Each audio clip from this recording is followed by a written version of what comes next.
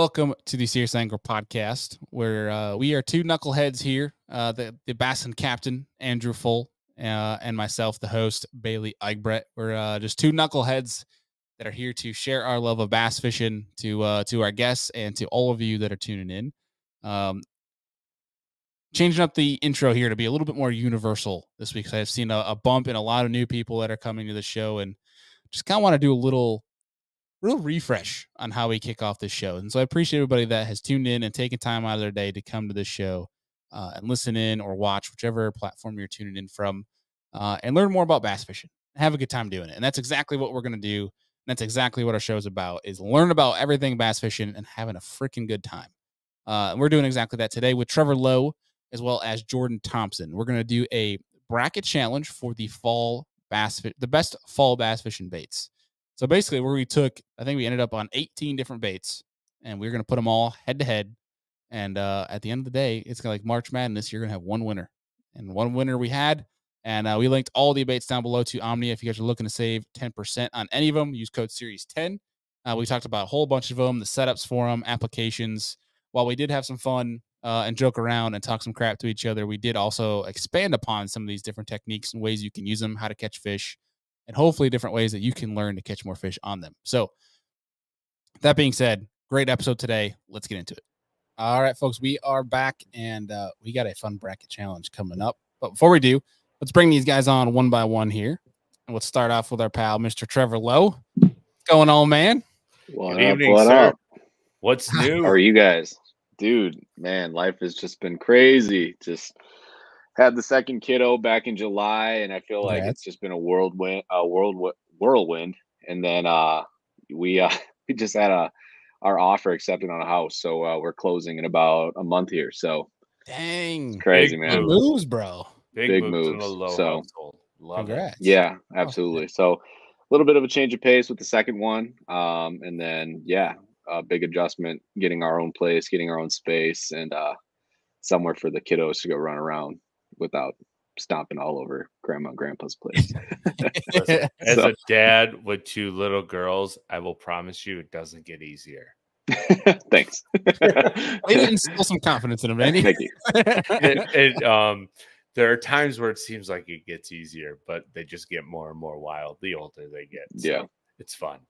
Well, yeah, we'll see. I mean, my younger one's a boy, so hopefully, I mean, he's gonna play rough and be a boy. So we'll see how that goes with the little girl. Yeah. Don't worry, before you know it, he's gonna be stealing your boat and truck. You're gonna go out to go fish, and he's already gonna be at the lake without you. I was rigging up today, and in the garage on my boat, and my wife was carrying him, and she walked down. And she goes, "You know, this is gonna be your boat in 20 years." And I'm like, "Not this one, probably." Not this yeah, one. hopefully not this one. But you're like, so does that mean new boat for me? Yeah, right. That's what awesome. Are you trying to tell me, honey? Yeah. Start a fleet. Well, all right, let's bring on Jordan Thomspon here as well. Get the full show going. What's up, Jordan? What's up, guys? Good to get you on here, man. Good evening, sir. I'm glad to be here. Yeah, so obviously for people that know social media and things like that, they've likely seen many of your videos that have gone viral. But dude, Gville, Alabama, that's like your neck of the woods. But where's home? Wheeler Lake. I'm actually in a perfect location. So about 20 minutes from Wheeler, about 40 minutes from Gunnersville, about 40 minutes from Smith, an hour from Pickwick, and about an hour from the Coosa. So whatever I want to do, I'm not far from it. That's not bad. That's not bad at all. What's that? It's a broad range of different style of fishing. So whatever I'm feeling, I'm within driving distance to do it. So it's a perfect location down here. I feel like that's like a perfect training ground, if you will. It is. That's pretty good, man. Heck yeah. Well, dude, this is your first time on the show, and we're pumped to get you on here because I know we got your crew of the Fish Lung crew on as well, which was a great show. Learned a lot from them. But one thing we didn't get to do with you, and I want to do before we get into this bracket here, which I'm going to have you guys go through, because I think, Trevor, the first time we did this one, no, excuse me, this was actually, we did the glide bait bracket. We had Kevin Baxter and Brendan Brown on. apparently I missed a lot of key glide baits on that. So I'm going to have you guys clear this one before we start it. But Jordan, before we get on the show, man, what we like to do here at Serious Angler is, if it's your first time on the show, we like to throw it back to the starting days, like how you got your start into fishing in general, and who's to blame for this lifelong addiction. So, man, we'd love to hear your story. All right. Well, I didn't grow up fishing like a lot of people do. I was watching old FLW reruns, and I can't remember who it was. Maybe around the time Scott Martin won Beaver Lake, I think, like in the late 2000s, maybe. Okay. Anyways, that piqued my interest, and my granddad had a pond, and I would get my mom to go drop me off in like 6th, 7th, 8th grade, and just fishing a pond. I didn't have any clue what I was doing, tying knots. I just tied a shoelace knot.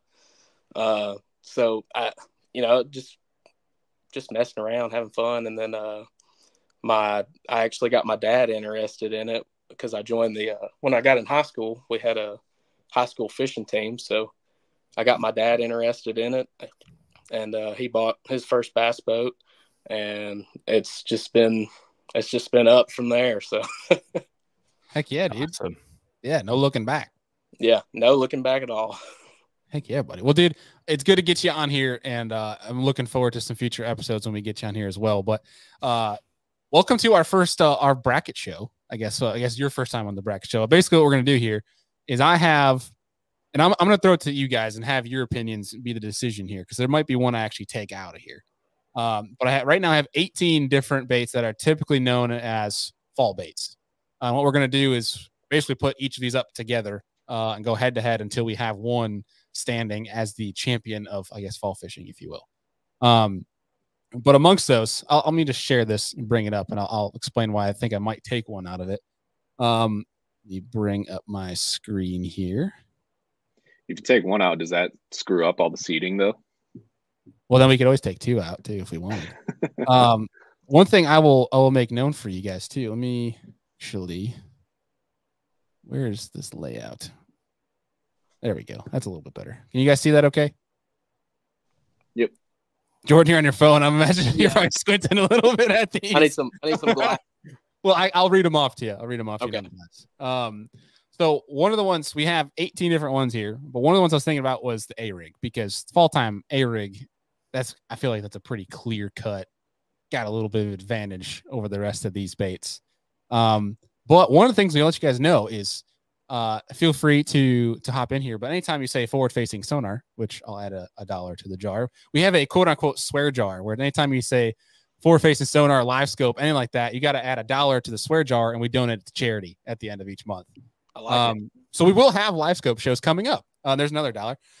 So it's a little fun we can do around there, but I was thinking about taking out the jig head minnow, seeing as though it's been a powerhouse of the forward facing regime, if you will. That's not any shot again. There's another $3 there. I'm gonna go broke. But it's we're not doing it as anti. We're doing it to make some fun out of a seemingly negative conversation right now, and one that's talked about a lot. So it's up to you guys if you want to join in that. But do you think we should take out jig head minnow and a rig from this equation? It's okay to say yes or no. I don't know. Those are two like givens. I feel like everybody's got at least a jig head minnow tied on now. Maybe not an A-rig, but okay.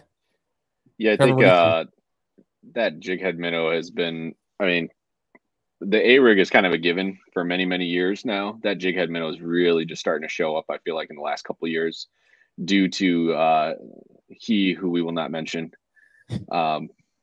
but or the technology we will not mention.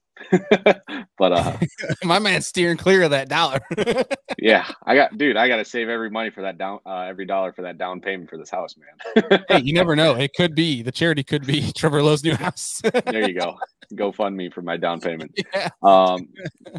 Yeah, I mean, like Jordan was saying, dude, A-rig is such a powerhouse this time of year, and through the colder winter months. But that jig head minnow, I feel like it's really starting to get a lot of attention in the last couple of years. But I don't know. I'm okay either way. I hope that it just doesn't take over the bracket the way it's been taking over this industry. Yeah. Well, we'll find out here. Here you go, Bailey. You can take out the jig head minnow because everyone knows that's a given, and add in the blade bait. Oh, okay. I like that a lot, actually. Because as we move further into fall, you know how much the blade bait can play. So, and you can almost do like blade bait and jigging spoon because the jigging spoon has a spot as well. All right, we'll throw that in there as well then. Because they kind of fit the same category. You fish them in the same spot. So it makes sense. All right. So to run these down, and feel free when we run through these to call out anything that might be missing, so we can really get the best fall bait. And what we'll do is, here's the premise. It's not just going for big ones. This is just purely if you're going to go out looking to catch bass and bites, and we have more confidence on as a fall bait. That's how we're going to go across how we decide these baits when they go head to head. Does that make sense to you guys? Yep. Okay. Awesome. All right. So we have the drop shot. I put this one on here for you, Jordan, because it's not going to resonate too hard for us Northerners, but we got the frog. Yeah. Up till about a week ago, the frog resonated, but now it's too cold. Don't sleep on it just yet, Andy. Yeah, but I'm smallmouth fishing. They ain't eating it. I'm telling you, in 40 foot of water. So hey, he ain't trying. One go. You haven't thrown it on a Carolina rig yet. That's right. Yeah. There's a content idea. Pro frog challenge. Yeah. All right. So then we have an underspin. We got the A rig. We got the blade bait / jig and spoon, a glide bait, jerk bait, football jig, fluke, square bill. You got the old deadly Nedley, a buzz bait, a tube, chatterbait, spook, spinner bait, single swimmer, and then a deeper diving crankbait. I really didn't know whether to go like a certain depth on that, but deeper than like throw in like a, like whether it's a rock crawler or 5XD OSP type of deal. But all wise, is there anything else that rings for you guys that we might have missed? Did I miss you saying buzzbait, or is it not? We got buzzbait. Okay. Number 12. I got you. Oh, we're gonna mix these up too. This is not unlike any standard order or ranking. We're gonna shuffle these around like I just did here. But anything else I might have missed before we get started? I mean, up here in northern country, I feel like a swim jig is got to be on there. But I mean, you could mix that in with a chatterbait or whatnot. Oh, let's throw them in there. We'll have a lone wolf. We'll put the swim jig in there at 19. So somebody's gonna have a random buy. I like it. Somebody who's gonna have the buy right now? Let's see. Oh, there is no buy. The tube. Sorry, the tube. As of right now, we'll shuffle this around. Give me Trevor. Give me a number 1 through 10. 7. 1, 2, 3, 4, 5, 6, 7. All right, who's getting the buy? Blade bait's getting the buy. There you go, Andy. Love it. Heck yeah. Right. That's good because it pertains to the colder months. Yeah. All right, speak now. Forever hold your peace. Anything else we're missing? All right, let's let this thing rock. Let's start our tournament here. I think I can blow these up a little. Oh, there we go. Can you guys see that a little bit clearer now? Yep. Yeah, that's better. I want to see. Oh, actually. Oh, here we go. All right. Now we're Look at you. I'm learning technology, guys. It's the first time. Oh man, it's not just live scope. Here's another $1. All right. Oh, single swimmer's got to buy. Okay. All right. So first one we have head to head again. Winners advance, kind of same like March Madness bracket here, but we got our best fall fishing baits. So we got the Ned rig and the football jig, and to make sure we have a tiebreaker, Andy is our tiebreaker. Okay. So we're gonna start with you and Jordan, Trevor, you and Jordan, and then we'll go Trevor first, Jordan second, and then if we need a tiebreaker, we'll have Andy hop in there if needed. But this is solely based on just catching fish, right? Solely based on confidence of launching the boat and catching the fish in the fall. Dude, it's got to be a Ned rig. I love a football jig. It's like my favorite bite. I feel like. I'm with it. What do you think, Jordan? Yeah, Ned rig 100% for numbers. I mean, I love a football head jig, but some days they just don't bite it. But that Ned rig, even if you don't catch a bass, you're going to catch a stripe or something, some kind of trash fish. So I'm going Ned rig. I was not expecting the Gville guy to say a Ned rig. I'm disappointed. I'm disappointed in you, Jordan, because I was going football jig to break you here to get the dang flander out of here. All right, like I hope none of my friends are watching because they're gonna make fun of me. Oh, I hope they all are. Just for that, we're gonna clip it and put it on social. Yeah. Done. That's what we do here. We just break dreams. There's our slogan. Thank you, Andy. Yeah, we talk bass. Put it on a t-shirt. All right, next one we got the chatterbait versus the square bill. What do you got, Trevor? You want me to start on all these, or should we alternate just so that it's not? Sure, yeah. Let's alternate. Go ahead, Jordan. That's a tough one, but I'm gonna have to go chatterbait. All right, makes sense. I will second that. Dang, all right, 2 for 2 on making these easy on Andy, guys. Yeah, come on. I want to challenge you, all right? Make me think. We want to make fun of Andy, guys. Come on. All right, so chatterbait moves on. Oh, he's got a tough matchup next. Ooh. We got the swim jig versus a deeper diving crankbait. Dude, I got to go swim jig, man. Now tell us for the fall northern, I mean, for anyone that follows you, you're a smallmouth guy. Why swim jig? Dude, it's not really even just smallmouth. I mean, up here in the North Country, when it starts getting colder, even largemouth, they start pushing up into that shallow grass. And when they're in that grass, I mean, the only way to get them out of that grass or to get something through that grass is like throwing a swim jig, sort of a chatterbait, or like you're flipping a jig in some of that grass. So, I mean, it's a deeper diving crankbait, especially up here, is not really going to play unless it's like middle of summer when they're out on the edges of that grass and the rock, kind of in those transition areas when they get schooled up. But once they start pushing up shallow, I don't think a deeper diving crankbait really plays up here anymore. Okay. Jordan, what do you got, man?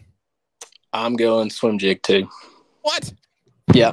I'm so mad right now. I mean, it's all depending. It's all depending on your style of fishing. You know, this time of year, that's fair. Fishing the Tennessee River, they're starting to draw it down. So I like to get up in the river. So, I mean, deep diving. You know, if you're running like grass lines and stuff, deep diving's not very effective, and at least for the style that I like to fish. So I'm going swim jig.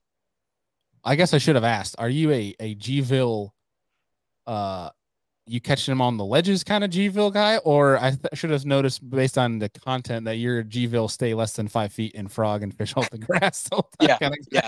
I'm on Gunnersville most of the time. I am big rods, punching, frogging stuff, but except for like May, I would say June, July, and early August I'll be offshore. But any other time, I'm going to be shallow as I can be. I love it. Oh, and the wintertime. I'll fish deep in the wintertime, but all right. Swim jig moves on. All right. I'm so disappointed. Bailey, we have had some days throwing a deeper diving crankbait for some smallmouth in the fall up here.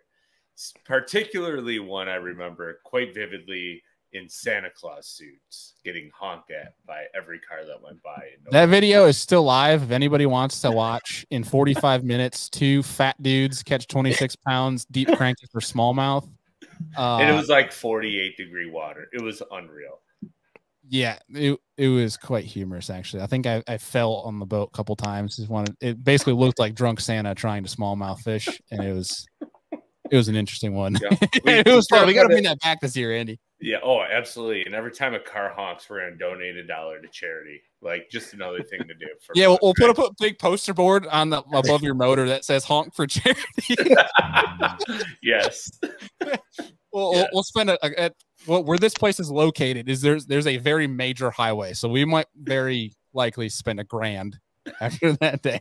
Like literally, the highway runs adjacent, and you're 100 yards from the highway, just jacking giant smallmouth. It's so fun. As long as in the video, after you guys edit it, you have something in the bottom right corner that is the honk counter. The honk counter? Yeah. Honk counter. You just want to make editing a living nightmare, don't you? Yeah. Ding. That'd be insane. Hey, sounds like you got to come over here and join us, Trevor. Sounds like you got to record and edit it to me. There you go. Jordan, have you come north for smallmouth yet? I have never been further north than North Carolina, but buddy, we're changing that. It's definitely on the bucket list. I want to chase some of the northern smallies. You come up to our neck of the woods or Trevor's neck of the woods, and you will have yourself a time. Oh, I know it. It's not fun. You got 2 great guides to put you on some big smallmouth in here. That's right. We'll have to make it happen. Yeah, hell yeah. All right. Well, we got through the what do they call it?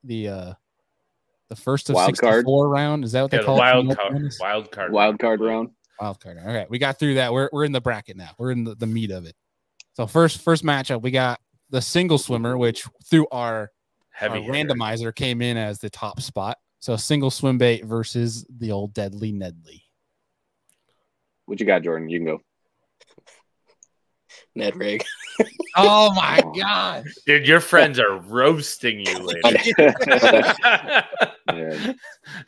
Trevor, Andy knows my answer. It's a swimmer. Yeah. Yes. It's a swimmer. My heart is full. Now, I got to get the Ned rig out here. I'm going single swimmer all day. Dang. All is right in the world. All is right. I can't tell you the last time I actually threw a Ned rig and caught a bass. It's just something I do not put in my arsenal. You know what's funny is I actually don't hardly ever throw the Ned rig. I just know that it catches them. Oh my gosh! Like I will say though, to be fair, it was mid-November.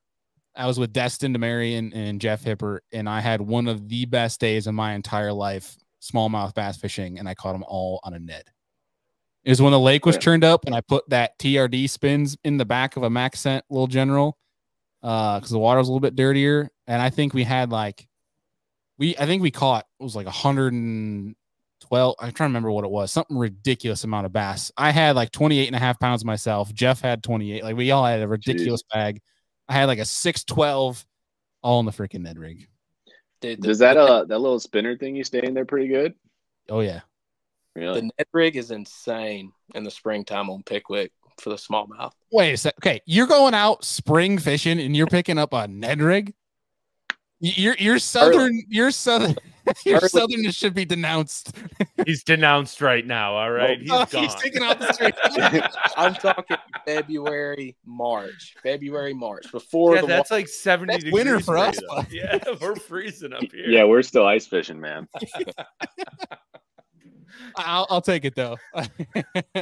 We got a comment here from Dave Raleigh that says, "But who the hell is Ned?" That's so good. That's awesome. Howdy doodly. Devin says, Jordan, you'd make one hell of a northern smallmouth. That's awesome. Jordan, I guess you're made for the north, buddy. I'm sorry. I guess. Hey, but I hate old, so you better put those big rods down and just carry a ferry stick with you the rest of your life. All right, like have a time. It's all right, Jordan. We'll bring you back on for the summer bracket so that you can get all your street cred back. One bait, summertime. One bait. Ned rig. Senko. I could actually get on board with that. Texas rig. Senko to the moon. Texas rig, drop shot, Carolina rig, weightless rig, weightless, you name it. Hey, I can't argue that. Can't argue it. All right. We got 9 versus 8 here. We got the fluke versus the spinnerbait. Trevor. Dude, honest to God, I never throw a fluke, so I'll have to go with the spinnerbait. Spinnerbait? Okay. All right. Jordan? Fluke. I knew that was coming. Okay, now you're southern and showing. Andy, you're the tiebreaker here, man. Fluke or spinnerbait?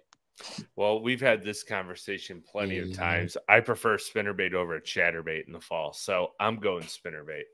Spinnerbait takes it. I was never a fluke guy either, but I'm trying to force myself to throw it and learn it more because I know it freaking catches fish. It drives me mad. But it's also broken my heart the times I have thrown it. Oh, so, Jordan, actually, I'll pitch this question to you because we had on Emil Wagner a while back, and I was coming off of a tournament I had on Norman where I dumped a big old bag of Norman bass because of a fluke, and it drove me freaking crazy. What is your setup for a fluke, like confidence to actually hook them, catch them, get them in the boat? Most of the time, I know a lot of guys don't like doing it like this, but I'll just throw a belly weight hook, super light, small hook, and you get a bunch of bites, but you also miss them. And I've been working on perfecting the little coffee straw trick. If you've heard about it, you take a little coffee straw and run it through the head and run your line through there, and you can tie a treble hook to it. And I've been trying to perfect that to make it kind of dart perfectly every time I do it. And I've actually got a video planned coming up soon on Smith Lake where I'm going to be doing that. So I'm looking forward to that because I haven't been to Smith in a while. And, they just go crazy on the fluke in the fall time out there. So, oh, yeah. It's funny you mentioned, Jordan, the first place I ever threw a fluke was on Smith Lake.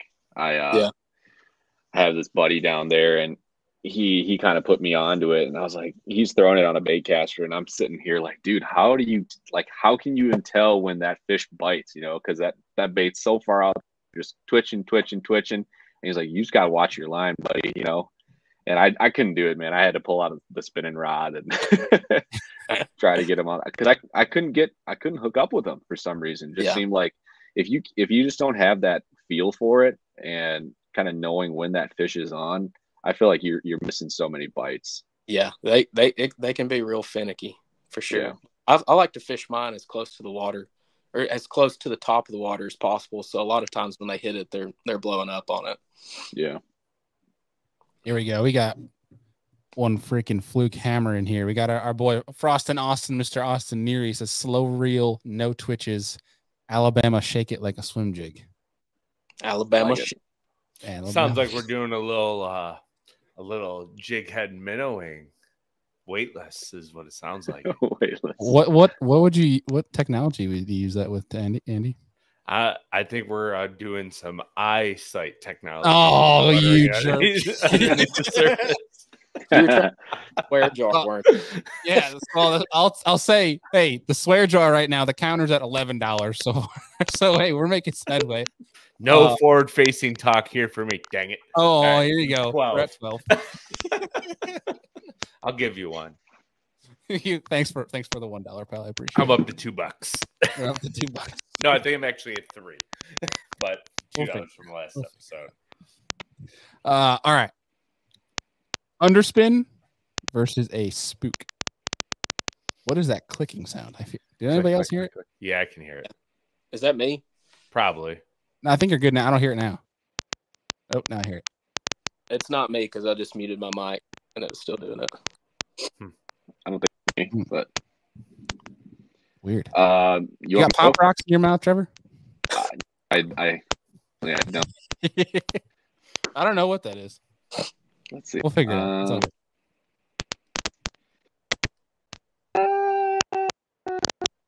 Probably. Yeah, I think it is you, Trevor. It is Trevor. Yeah. Well then. Oh. Yeah, I don't know what that is. Probably dying. I don't know what it is. All I know is there'll be some boomer afterwards that it says, I'm unsubscribing from this podcast because of your 10 seconds of pop rocks. I just know that's how it goes these days. But it's all good. We'll have Jordan go in your stead. Here you go. Just got some gentle.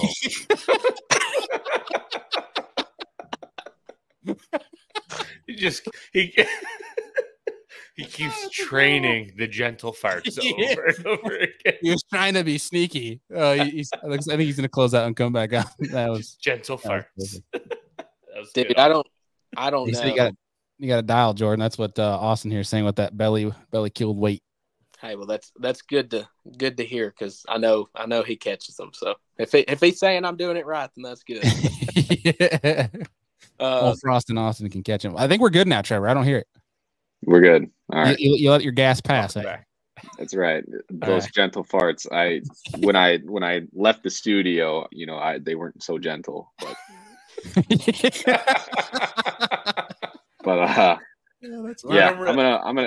I'm gonna go with spook walking bait for this. Devin Willis is not unsubscribing, so thank you. Hey, he hasn't won yet. We don't know. Jordan will probably be like, right. "Hey, I hate a top water. I hate power fishing. I'm not from the South."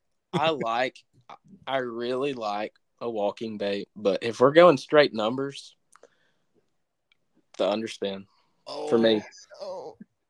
Sorry, Devin. It was good having you as a subscriber. So many more. Like, we're just talking. We're not done yet, all right? We're not. If we're just talking fall fishing, I have a lot better numbers on the, at least in the last couple years. I started throwing it a lot more, and yeah, I'm going underspin.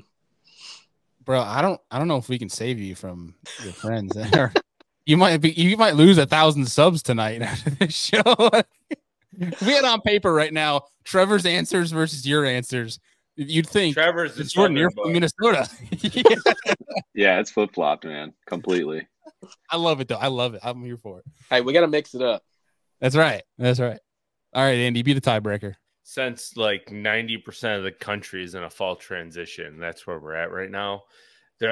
I just have a soft place in my heart for a spook walking bait, so I'm going with that one. You catch the biggest bass in the fall on the top water, but as you transition and the water really, really cools down, there's a great time to move to an underspin. I'll throw it when that water's like 41 to 43 degrees, and that's a great big bite getter at that point. Yeah, does the water even get that cold down there, Jordan? 41, 43? Normally about 40, upper 40s, mid to upper 40s, about average on wintertime. Yeah, we see ice 32. Yeah, that's I have seen in late or no, sorry, it wasn't late November. It was early Feb. I have seen 38, 39 on Chickamauga. Yeah, I think back in the creek, but one of the coldest that I remember was 40 to 41 on Gunnersville, and that was two winters ago. But your guys' cold is like worse than our cold. Yeah. Oh, is it? Because damp. It's that humid cold. It's damp. It's moist. Yeah, no, seriously, dude. The coldest I've ever been in my entire life was I was fishing on Chickamauga with my buddy Caleb Bell and Alex Rudd, and it was like, I think it was 40, like 38 to 40 degrees, but it was pouring rain, and I would take 10 degrees here in the north over 38 in rain in Tennessee. I've heard people say that before, but I've never been up north, so I wouldn't know. Come ice fishing with us. We can experiment. You can see what the cold's like up here. I'll pass on that. I will take up the summertime Smalley trip, though. That's when it's hard. Yeah, that's when it's tough. You want the springtime or the fall, man. You want like just coming out of winter where you go on the main lake and there's still icebergs floating around, or you want it just before the icebergs get here. And that's like when it's like, it's when it's real fun. They don't fight worth a dang, but it's when it's fun. We'll get you dialed. Don't worry. But a summer mission still is worth it, especially if you're going shallow. I feel like Great Lakes shallow summer is pretty fun too. It's all fun. It's all fun. It's the north, man. It's the land of dumb fish. That's why we live here. Depends. All right, next one. Jerkbait versus the glide bait. Jordan, this one's going to be tough for you because there's no fairy stick involved unless you throw a jerkbait on a spinning rod like some northerners do. So I'll be interested to see your answer here. Jerkbait, 100%. Are you throwing that on a spinning rod based on your other answers? 7.3 medium heavy. 7.3 medium heavy. Woo. What kind of bass are you catching? Big ones, Trevor. Stripers. Yeah. I love it. Yeah, the jerkbait. This should be like a first round buy. I think it's agreed. There is a cool bite, I will say, in the fall time that I've experienced again on Chickamauga, but throwing a glide along bluff walls, that has been pretty dang cool. I definitely, there is a place for a glide in the fall, depending where you're at. But yeah, universally jerkbait 100% by a mile. But I'll throw it to both of you guys too. What jerkbait, like brand model, are you picking up first? Berkeley Stunner. Ooh, okay. Vision 110. They're the same, basically. One's just Abu and one's Megabass. They're both. You mean Berkeley there, pal? Yeah, that's what I meant. Sorry. You can do it. Come on, Mr. Lure Lab. You're supposed to be on top of this stuff. My bad. My bad. All right. What did I say? Pure fishing? No, you said Abu. Oh, yeah. Sorry. Abu. It's all the same. Giant new Abu Garcia stunner. That'd be some sweet packaging, though. Yeah, it would. It'd probably be red. Yeah, red. I mean, they're both red red and white. Yeah, that's right. They are both red. You can get the same. Red. Both red and black. All right. I think we might have a clear-cut, easy answer for this one, but you never know. This hurts my heart. You might say Mini Max over. Don't sleep on the Mini Max, all right? For Jordan, I'm sure it's his favorite on a spinning rod. Jordan's just catching all the hell. New guy on the block, he's getting all the shit out. All right, Trevor, what do you got, man? My bad. It hurts my heart because the chatterbait's near and dear to me, but it's probably the A-rig. You don't even you can't even throw an A-rig technically in Minnesota. It's the Minnesota rig. Yeah, I mean it's got blades. It's got blades and it's got one hook. So what's funny is about the first round on the chatterbait. When I picked it, my wife's in the other room next to me, and she sent me a text that I knew you were going to pick chatterbait. Oh my awesome. God! So where are you going this time? Mini Max. Wait, seriously? Yeah, 100%. I was joking. No, Mini Max. That thing crushes them. That thing crushes. Love it. You gotta think about how much pressure we get down here. Like the Mini Max. That's awesome. I would probably catch 3 to 4 times more fish than throwing a jackhammer or something. But when the jackhammer first came out, it was lights out. But it's definitely not the first one I pick up anymore. Now that's a compliment right there. Austin said you're a spirit animal, Jordan. I love it. There you go. All right, Andy, you're the tiebreaker, bro.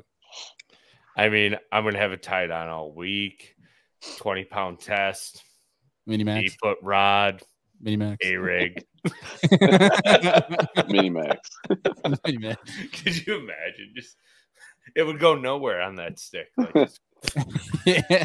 Well, we're on the topic. I'm actually curious because the Mini Max is freaking deadly. It definitely has its situation. Jordan, I'll ask, and Austin's actually asking here. Go-to trailer, but walk through your whole setup if you don't mind for throwing the Mini Max. Trailer depends. In the fall, I like the X-Zone Swammer, like the 3.5 or 4 inch. But I will throw the spunk shad a lot too, like in the warmer months. But as far as line, I'd normally keep 12-pound fluoro, Berkeley Trilane 100% fluoro, 7.3 medium heavy ducket or a 7.4 heavy ducket. And heavy, just damn. Yeah, depending. Well, I think the Mini Max has got a good hook on it. Yeah, and I want to say it's a 5/8 ounce, or it might just be the half. But I like the heavy if I'm fishing like some hydrilla or something. But if I'm just open water, running laydowns or edge of grass lines, eelgrass, stuff like that, then I'm gonna throw the lighter rod, the 7.3 medium heavy. All right, it almost sounds like a trap setup for G-ville. Yeah, I like the 7.3 medium heavy for a trap too. Unless I'm really wanting to rip it, then I'll put it on heavy. But that's such a foreign concept to me, throwing a treble hook bait on a heavy rod. Aside from like a big glide or something like that. So that's the movement that started down there, isn't it, Jordan? Where it's like the 7-11 heavy for trap with braid and everything. I've never done that. The biggest I'll throw is the 7.4. I feel like I can get more, I guess you'd say, umph on it whenever I'm ripping it with a shorter rod. But one thing to keep in mind, like the ducket rods, is I feel like they're rated a little bit lighter than most of the rods that I've used. So, like a heavy is not as heavy as a lot of the other rod brands, in my opinion. But all right, I dig it. That I love hearing it be advantageous in that environment too, because a lot of the Mini Max to me, and that is inspirational in regards to go throw it more at different environments. But like for me, it was like every time I go down the Susquehanna or any little creek and river here up in New York, it was a smallmouth thing. Like for current, something that smallmouth would eat a little better with that 3-inch spunk shad on the back. But that's cool to hear that that's working down. But you might get some hateful DMs if that's after this one. After that, they're like, hey, bro, you need to not go back on that show ever again. I like it. All right, let's keep going here. We got the drop shot versus the buzz bait. Jordan, kick us off. Buzz bait. Trevor. Drop shot. Ah, you. All right, Andy. That's Jordan's Southern boy coming out for sure this time. Yeah, am I smallmouth fishing or am I largemouth fishing, Bailey? Both. Yes. The answer is yes. Take the Great Lakes out of the equation because it's such a regional thing. Right. All right. To be honest, like if I leave the Great Lakes, I don't fish a drop shot. Maybe like 2% of the time. It's something that I don't even bring out on my boat deck if I'm going to the interstate waterways. Devin, yes, they bite the living hell out of buzz baits. 10,000% yes. What's your guys' go-to buzzer?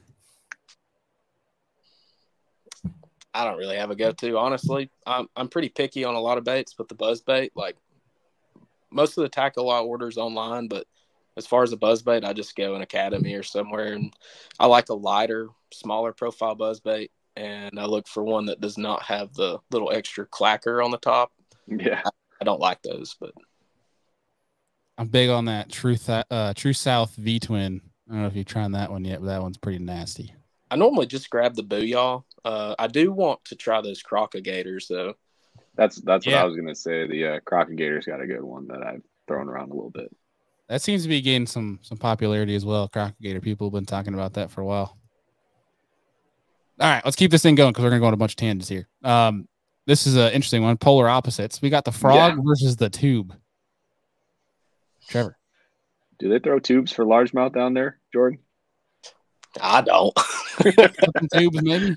That's probably about it. Give me the frog. Let's make this easy.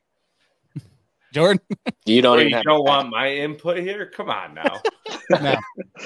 Here we go, Andy. We're good. All right, see you, bud.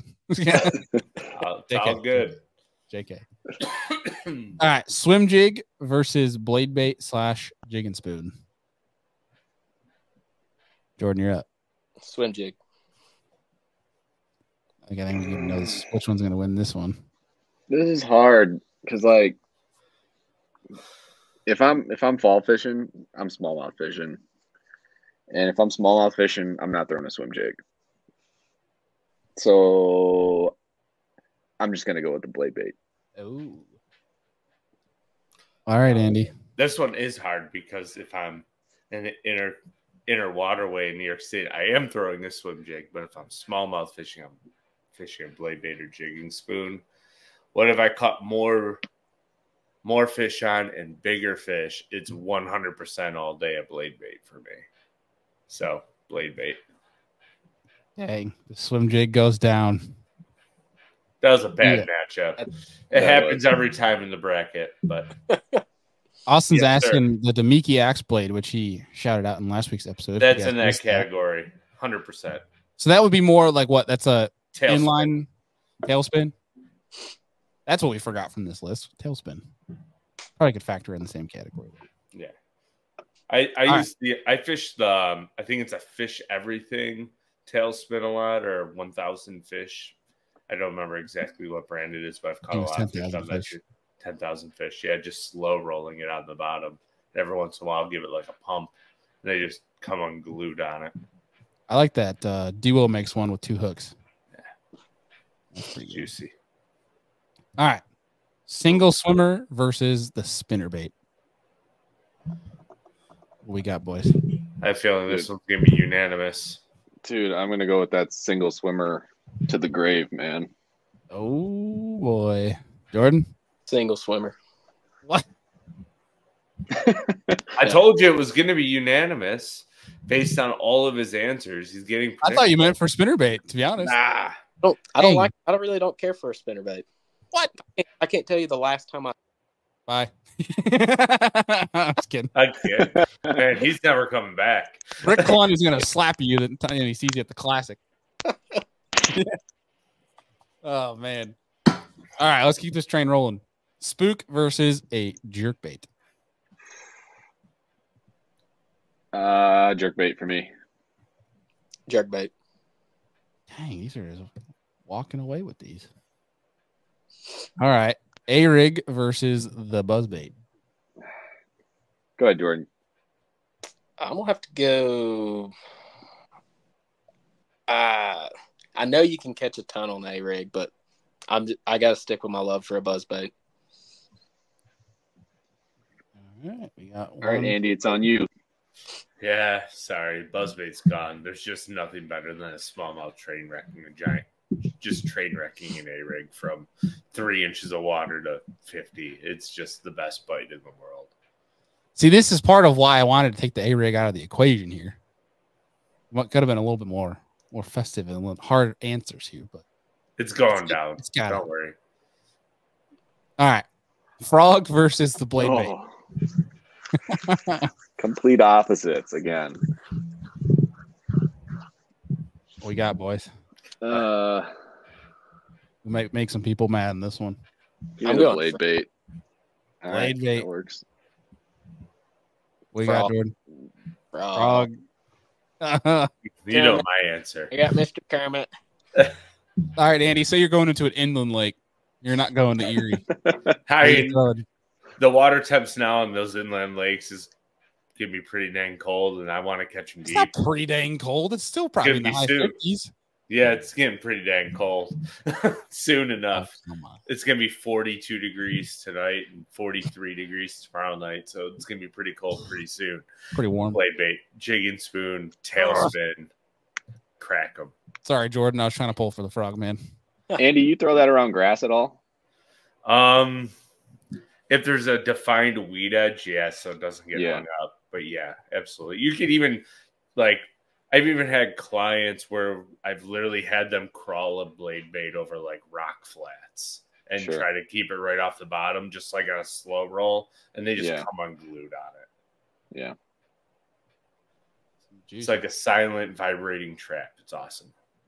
Yeah, we'll throw it around the patches of eelgrass in the sand. It will rip it through that, but if it's pretty thick coontail or milfoil, we're not going to be throwing a blade bait around that. I have heard of folks in the South, especially Florida, instead of throwing the trap, you're throwing the blade bait instead, which I thought that was pretty intriguing. Andy, it sounds like old Frost in Austin wants to make a north trip here. Yeah, Frost in Austin is welcome anytime after October, and I have a free day or two.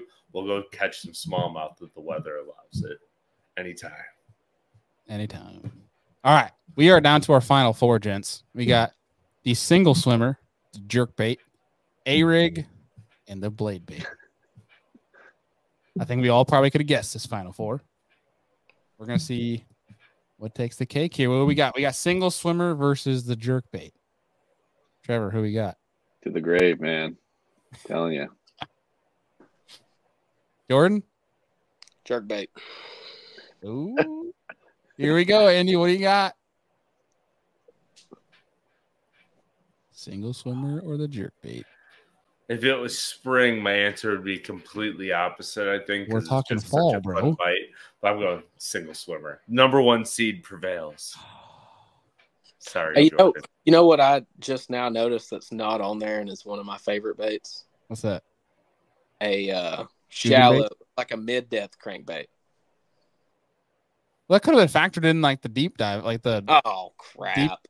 That's what I tried to preface it from the beginning, something deeper than a square bill. I didn't want to put a depth range on the thing. Oh, I got you. See, this whole bracket's now skewed. I thought we got to start over, guys. Yeah, we got to start all over. You guys got another hour in you, right? All right, single swimmer makes it to the championship round. We have 2 versus 3. That's actually not bad. A-rig versus the blade bait. What you got, Go ahead, Trevor? Jordan. Go ahead, Jordan. What is it? A-rig. A-rig. Okay. Trevor's fighting internally. Either he's what? It's probably the A-rig. As much as I love throwing a blade bait, if I just need to get get bites and cover water, man, it's probably the A-rig. Dang, I was gonna go blade bait. That stinks. Well, I think we definitely could have answered this one. Well, and I think like the A-rig, it's got a longer, season. If that makes sense. Yeah, like you that can blade catch bait. on it all year. Yeah, and I think you catch them from 60-degree water all the way down into the 40s. Where that blade bait really starts to shine in that upper 40s to lower 40s. So I'm with you on that one. You're not wrong. Yeah, that's for sure. All right, championship round, gents. Single swimmer versus the A-rig. To the grave, baby. Oh my god, dude! I have like 6 variations of single swimmers tied up right now for tomorrow. All right, top 2. What do you got? You're talking my top 2? Yeah, sorry, top 2 like single swimmers. You said you got 6 variations. Let's hear them. I can already answer that for you. Go ahead, Andy. The spark shad and a kaitak. That's exactly right. Okay, what's your third? It's a bigger kaitak, but I guess you could say like I'm trying a variation of the Berkeley cull shad. I'm going to try to do some putzing around tomorrow with it and see if we can get a couple to eat that. So all right, like the unrigged cull shad. No, it's rigged, but I did some Frankensteining to it to make it look a little different. Oh, so you're gonna have some people sliding in your DMs tonight. Nah. All right, Jordan. On red. This is for the winner. Yeah. This is what for you the got? This is for the winner. Cinco. No, I'm just joking. I'm going single swimmer. Oh, ooh. I'm actually happy that A-rig didn't win. We have your champion, people. The single swimmer takes the cake. There's a case you can make that the single swimmer could win every season. Oh, absolutely. Oh, yeah. Yep. 100%. Now, so you dropped a couple that you like, Trevor. Jordan, what does your single swimmer go to? I like to downsize this time. So the swammer, the Exxon swammer, like a 3.5 or 4 inch. It's the same one I throw on the Mini Max as a trailer. I like that one, and then the True Bass. They're pretty good, especially in the spring. True Bass is killer in the current. Yeah, that's a big Tennessee River deal, ain't it? That True Bass stuff.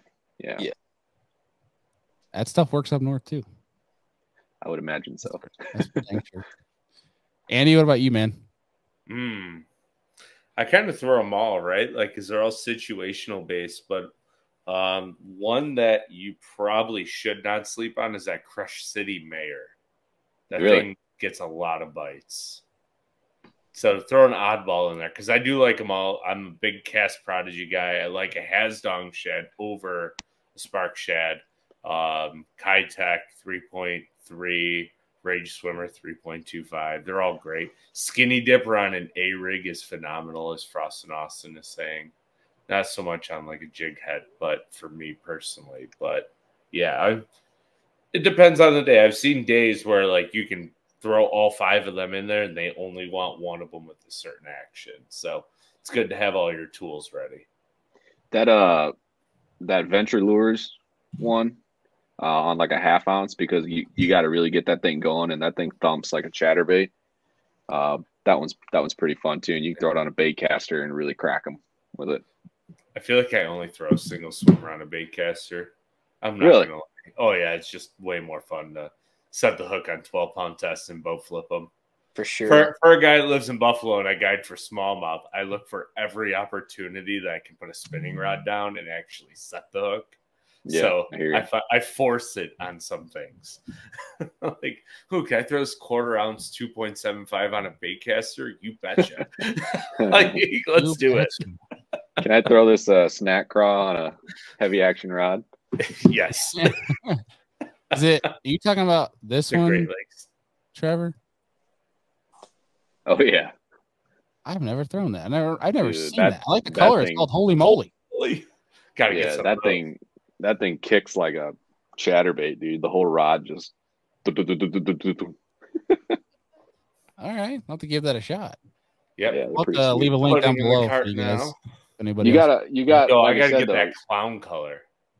You got to get those things like moving pretty quick for them to kick.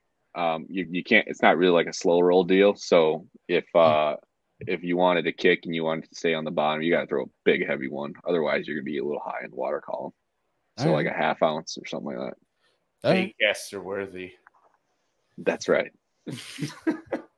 Andy knows I love catching them on spinning on the swimmers. At 7.6 medium light, and then I don't know what it is. I got so much confidence in a freaking Strike King Rage swimmer.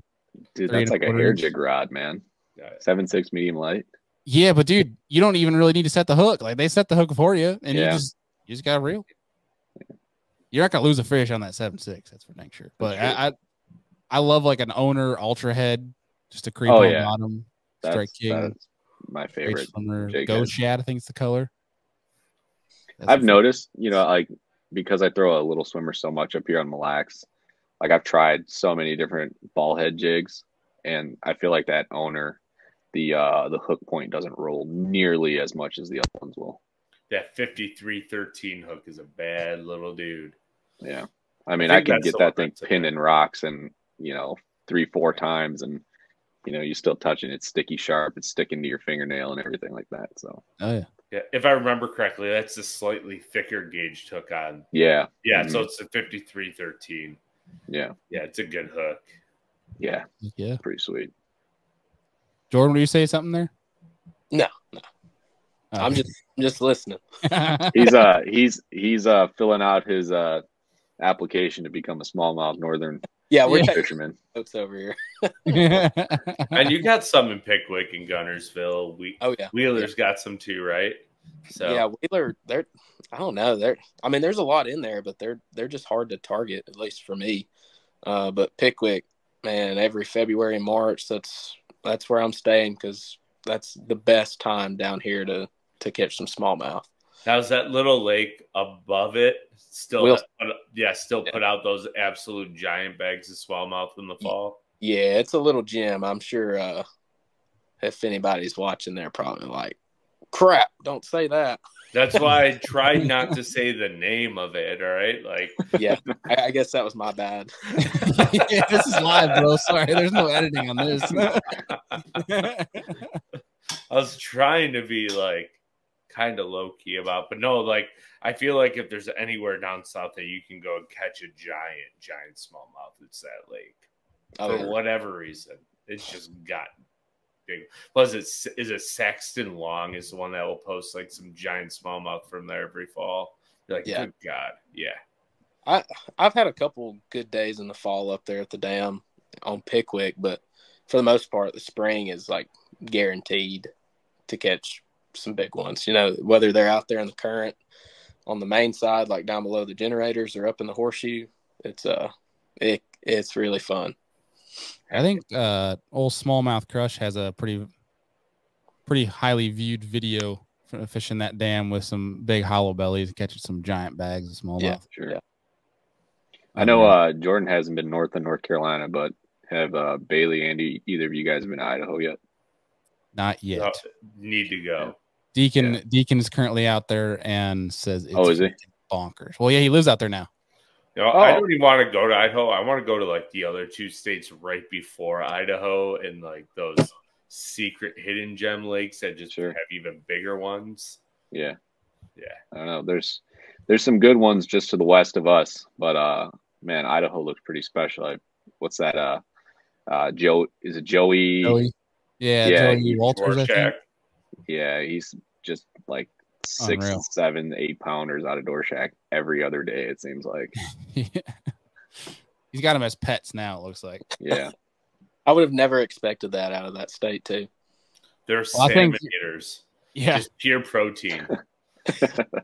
Yes. There's a lot of hidden gems that I didn't realize about that are still remain hidden that I'm impressed have remained hidden for this long. Yeah. Like even in Georgia, Georgia, Alabama, Tennessee, there's all kinds of hidden gems that people don't talk about from what I've heard. So. I mean, Minnesota, we got 12,000 lakes too. So yeah, half of them have never been fished. Yeah, exactly. I mean, you could fish a new lake every day of your life. You wouldn't fish them all, man. It's the same way as Wisconsin, right? Like Wisconsin's basically the same amount of lakes, maybe a little less. Yeah, I don't know off the top of my head, but I remember I saw some Instagram video today as I was scrolling through my feed, and I'd love to get up and just see if there's any even bass fishing up in like Alaska, considering how many lakes they have up there. I mean, you got to imagine there's some that never seen a lure in their life. I thought they were saying there was no bass in Alaska. I don't think. Is there? I don't think too cold. Yeah. I think they're lying. They're just telling you that so you don't go up there. Could be. There's only one way to find out, Trevor, but that's a long trip to find out there's no bass. Yeah. You got to fight some bears too. Yeah, no kidding. Sorry, I got to tell a story real fast.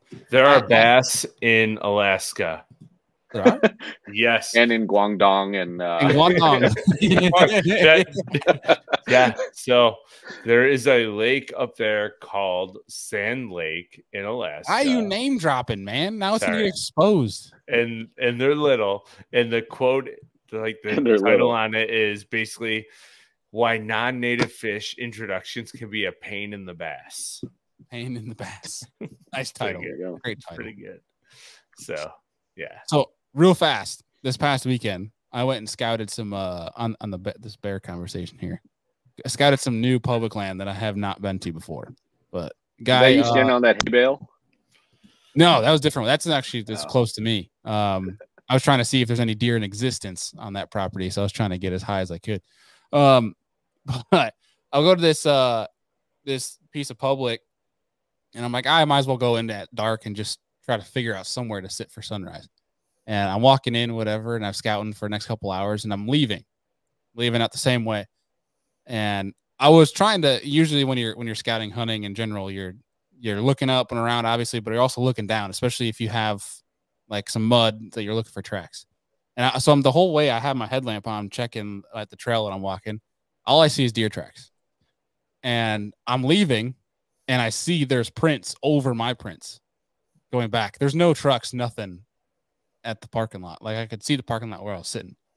There is a bear print bigger than my hand over my tracks. And this trail wasn't 200 yards away from where I was deciding to sit and go explore that morning.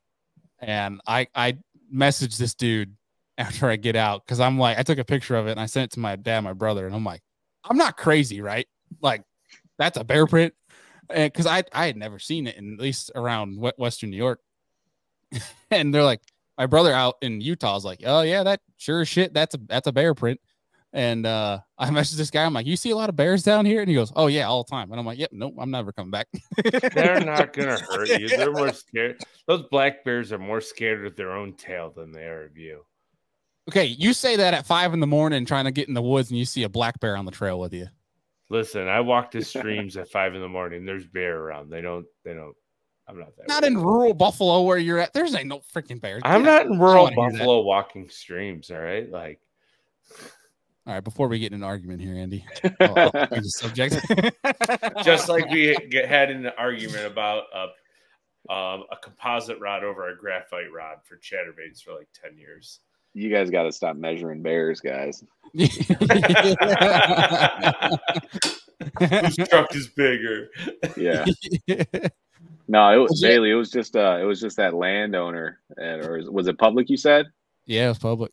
Just some guy came with roadkill bear paw, and he's like, "Oh, look at this! Like, stamp it down." Yeah. I put up a few cell cams. I'm just waiting for it to show up. You're gonna see a guy carrying a paw. Yeah. It's his lucky rabbit foot. That's all it is. Right. Well, what's crazy too is I'd seen throughout when I was scouting, I thought I'd seen bear poop. I'm like, I think it might be just big raccoon or whatever. I can see the track, and I'm like, damn it, dude. Like, well, those are his cell cams now. I ain't going back to go get them. Oh goodness, crazy. But dudes, appreciate you guys taking time out. Jordan, appreciate you coming on the show for the first time. Looking forward to getting you on here again. And Trevor, man, appreciate you as always taking time out and you guys dropping some knowledge on everybody. Good to see you guys. Jordan, good to meet you. Yeah, good to meet you. I appreciate y'all having me. Yes, sir. We're going to get you up north. Yeah, let's do it. We got to start planning. Sounds perfect, man. Well, boys, appreciate you guys. And we're looking forward to get you both back on the show here real soon. Sweet. See y'all. All right. Have a good night, guys. All right, folks, there you have it. Mr. Trevor Lo, no stranger to the show. That was totally, I just rapped some bars right there. But dude, that was fun. It's been a minute since we did a bracket, and appreciate everybody that tuned in for that. What we'll do is for the majority of those baits that we talked through there, we will actually link down to Omni in case you guys want to go check them out. Anything you heard on the show that you want to check out at Omni, especially if you're a pro member, which is having insanely good pro pricing sales right now. You can save a ridiculous amount of money. Like it's $50 to be a pro member, and you can save beyond that. What I'll do though, is put those links down, but you can also use code series 10, save yourself 10% off your order. And then with the pro membership is you get that money back too. You get 10%, Andy, is rewards back to your account. So if you spend $100, you get $10 put in your account. That's $10 of baits or whatever you can have come back to you. And obviously the more you spend, the more rewards you get. And then you get some pretty ridiculous map features too. So make sure you guys go check that out. Definitely want to incorporate more of these creative, fun stuff for the second parts of our show. There's some pretty exciting stuff coming up for 2025 already in the works, but we're going to incorporate some more fun and creative shows here for the coming months as we have some pretty cool shows lined up for the next few weeks, which I'll let you guys know here in a second. I'm pulling them up. So right now, next Tuesday night, we have lined up Mr. Cooper Gallant coming back on the show. And then you guys may have seen him on Mercer's podcast. I was actually supposed to be on a trip with him recently. We hopefully are doing that again here in a couple of weeks to reschedule. But if anybody's Trailer Park Boys fan, we're having Mr. Pat Roach, old Randy, coming on the show as well. So we're going to have some fun with Pat joining us next week as well. So we got two Canadians. We got a Canadian show next week, Andy. Heck yeah. That's going to be great. Yeah, which coming off of the was it the Pan Am Games, I believe it was. That they did up there in Canada.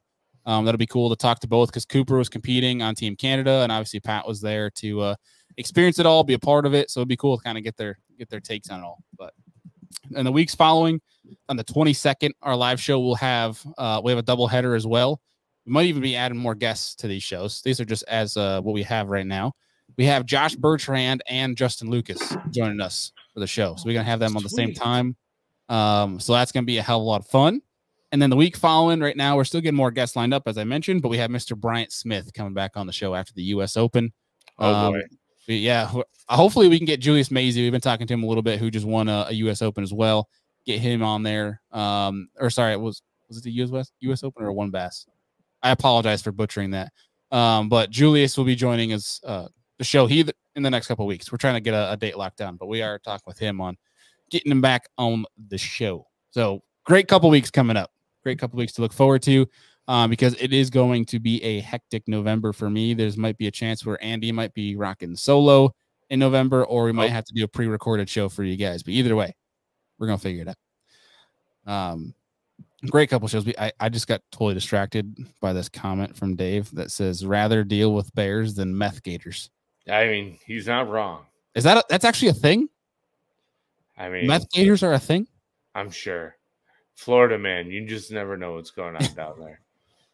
Yeah, that's ridiculous. I texted my dad because my parents, for folks who may not know, my parents, grandparents, basically my whole family ditched me and went to Florida. So I'm still here in New York. My brother's in Utah. My parents thankfully made it. They went to Miami to get away from this storm. I was texting my dad, though. I'm like, this is like 3 hurricanes in 2.5 years, basically. Yeah. I was like, you ready to move back north now? Like, did you have your adventure and your fun dealing with Mother Nature? Are you ready to come back to the cold? And I didn't get a no, so we'll see. But craziness down there, man. Really feeling for the folks. Hope everybody stays safe. That's in the path of the hurricane, or hopefully they got out in time. Just sucks, man. Mother Nature is a better term, a fickle bitch. Yeah, right now she's a Cat 5. Let's hope she downgrades to at least a 2. But the issue is when the hurricanes downgrade, they get bigger and you get more storm surge. So it's It's kind of, which would you rather have, a quick moving storm that's got 150 to 170 mile an hour winds, or something that slows down and brings more flooding possibilities? So I don't know, man. Tough to say. It's above my pay grade. Either way, it sucks. Yeah, either way, it does suck. Yeah, man. Especially with all the stuff that's happened in the Carolinas. Again, those links are down below. If anybody is able to go and help, it is much appreciated. And I really thank everyone that reached out to us after that show. Some amazing feedback. Appreciate you guys. I know we got some credit for putting that thing together, but all credit goes to Austin, who's been in the comments tonight. He's the freaking man, coming on that show and dropping a bunch of juice on us, but also being real with it too. And if you guys have missed that one, I encourage you to go back and listen to that with Austin. And that was last week's episode. But feeling for them, and if you're able to help, there are all the links down below where you can go and do so. It's cool to see there's a kayak tournament actually that you can get involved in. You don't even have to fish it. I don't have time to fish it. You don't even need to have a kayak. But you can donate, or you can enter that tournament, and 100% of the proceeds. Dwayne Wally at Tourney X, shout out, a great dude.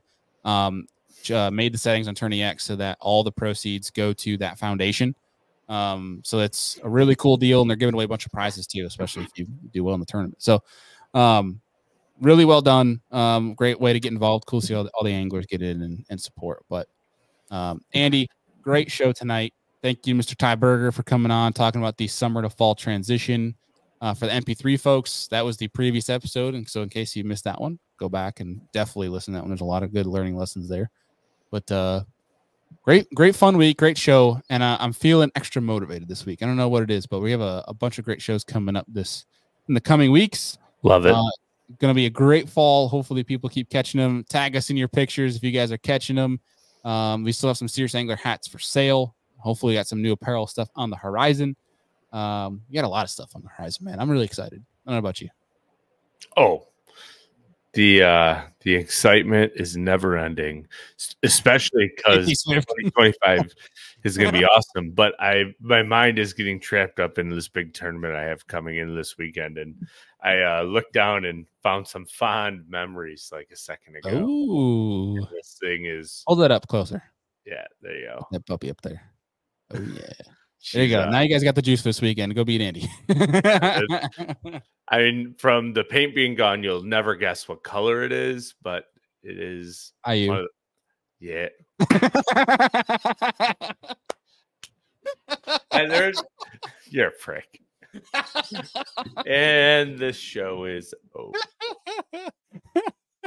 And he's gone. We've lost Andy forever. No, really, it is. I don't know why I picked up this color, and I think it was because it looked like a goby like 4 or 5 years ago, and it turned Bailey's eyes to the power of this crankbait. And last year, the day before his wedding, we went out and he smoked me on my own juice, and I was trying to catch him on other things, but okay, big guy excuses now. Huh? You're welcome. Yeah. Well, it's a fun bite, man.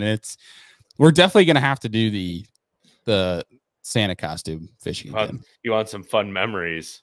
Here you go. Let's see if it'll load up on the screen. Oh, is that it? Hold here. Let me blow this up for you. Yeah. Oh nope, not me. There we go. I don't know if it'll focus, but there's some fun crankbait memories right there. Yeah. And the Santa suit's getting honked at by 10,000 cars in 45 minutes. That was the most ridiculous 1 hour of fishing I think I've ever endured. It was pretty dumb. Yeah. I caught a double. Yeah.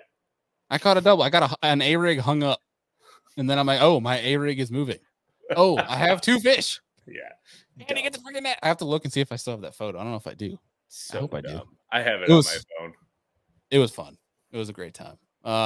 We have one of our goals for the future, I guess, here, especially next year, is to bring some more fishing content to you guys. Obviously, Andy has his own YouTube channel, which is great, which you guys should tune into. You can learn a lot there. Yeah, being the bait junkie that he is. If you like to watch kayak fishing and an idiot not catch fish like me, I have my own personal channel as well. But we would like to bring some more collaboration content to you guys. You could be a little more humble. I'm just that I suck? Yeah. That's what I'm trying to say. I mean, I feel like I got my point across that I suck. Just be more humble, bud. Okay, I suck really bad. Is that better? Yes. Okay.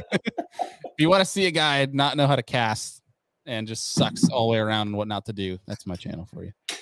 But either way, what we're trying to say is Andy and I want to put up more fishing content together on Serious Angler for you guys. So, well, folks, I appreciate y'all. Make sure you guys check out all the links below that can take advantage of our partners and saving money. We got great discounts to Hobie Eyewear. If you're looking to get, I don't know if people seen, but the boat prices are falling and falling fast. If you're looking to get into one, call the folks at Rec Lending. They can really hook you up when it comes to getting a price that makes sense and is easy on you to be able to afford that boat of your dreams. And folks, you guys are awesome. Appreciate you for tuning in each and every week. And if you're new to the show, welcome. We hope to see y'all next week. Peace.